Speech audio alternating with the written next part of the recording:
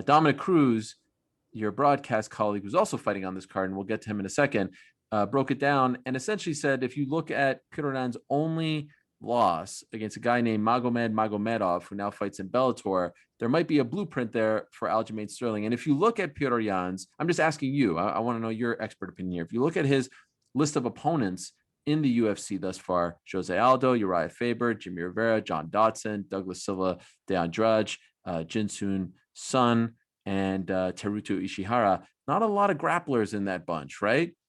Does Aljo have the secret to beating this guy? Because I feel like in terms of the skill set, we haven't really seen Yan against someone like Aljo. He hasn't been pressed in those areas. He got all the way to the championship without having to fight a guy like Aljamain Sterling. You usually come across one of those on your way to a title fight, a grappler that can wrestle. I mean, and the level of wrestling that Aljamain possesses is better than most people thought. He wrestled Roman Bravo Young recently, who's one of the top wrestlers in college wrestling right now. And Aljamain lost by a point. No, he lost by criteria.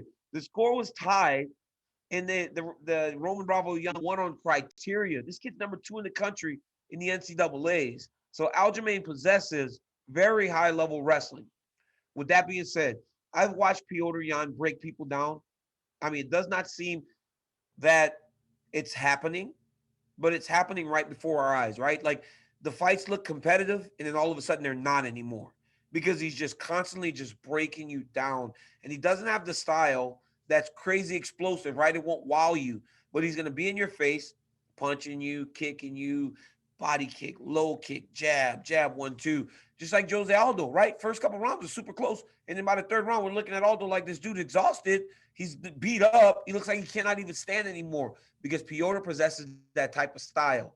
Whereas the fight goes longer, pace stays the same. He continues to touch you up, and then eventually you kind of melt. But it's if Aljamain can get him down early and make him grapple while they're dry, I don't know if this dude's walking out of Vegas with that belt. I know styles make fights, but Aljo doing what he did to Corey Sandhagen early when they were dry, to me, is so impressive and will only continue to get more impressive over time. Of the 3 title fights, to me, it's the hardest one to prognosticate, right? Well, that's the one I'm having the most trouble with. That's a tough one. That's a tough one to pick. The light heavyweight title fight's tough to pick. The girls' title fight, tough to pick. It's all. There's levels to tough to pick. What you like? I mean, look, with all due respect to Megan Anderson, Amanda Nunes is the greatest female fighter of all time. Of all time. Yes, and my concern for Megan is, and look, this is what I just referred to earlier, with some people getting pushed into title fights before they're truly ready to fight for the belt. I don't know if Megan Anderson is truly ready, but she is a product of a division that's so shallow. It's more shallow than my community children's pool, right? I mean, like there's no one there. And so you win a fight, you get pushed. Felicia Spencer was awesome, but wasn't ready for a title fight. I think we could both agree on that. Yeah, she was. I don't even know if there's anyone like, I thought that this fight was the end. This is what's interesting about this fight. Megan Anderson is on her final fight of her contract, DC. How rare is that? You never fight for the belt when you're on the final fight of your contract. So they thought, okay, look, Megan wins this fight. We'll then do a new deal with her, champions clause, all that stuff. If she loses, all right, thank you very much, women's featherweight division, we're done. But here's the weird part. They just booked Felicia Spencer against Danielle Wolf, who won on the Contender Series. So I don't even, at 145, so I don't know what's going on with this division. All I know is Amanda Nunes is running out of options, and her next fight is most likely going to be at 135 if she wins this fight. If she loses, you're going to do a rematch right away, obviously. I watched Valentina Shevchenko win her fight against Jennifer Maia and then beat Caitlin Chukagian earlier in the year, I believe. Mm-hmm. And I called it and sat there and said, maybe we could have Valentina and Amanda just fight each other over and over again, because it just seemed like the only fight that was competitive, right? Because she was just dominating everybody. And if you look at what Amanda has done and the improvements she's made, it's hard to pick anyone over her. You know, I watched that Cyborg thing the other day. Just came across the TV and I was like, I remember this, like exploding out of my seat. Because it was the one fighter you thought that could beat Amanda, this new Amanda. And she just dominated her.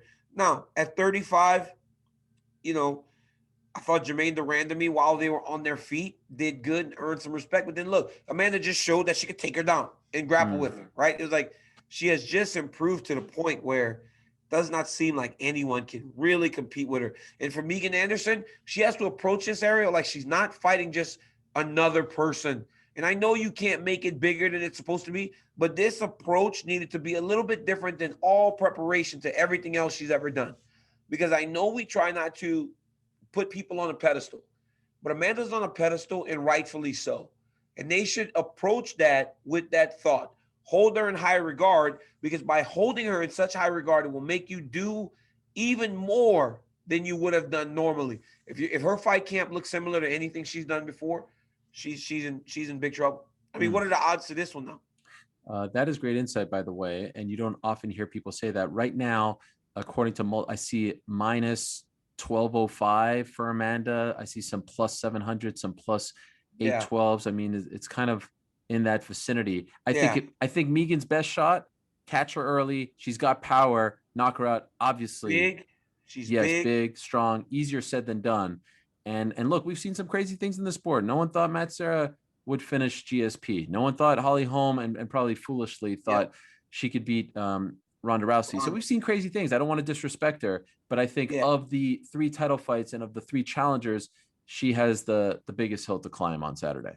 Yes, absolutely. She will make history if she can get this done. Absolutely. Oh my God. Her name will never be forgotten. Absolutely. One of the biggest, if not the biggest upset in UFC history. Thanks for watching ESPN on YouTube. For live streaming, sports, and premium content, subscribe to ESPN+.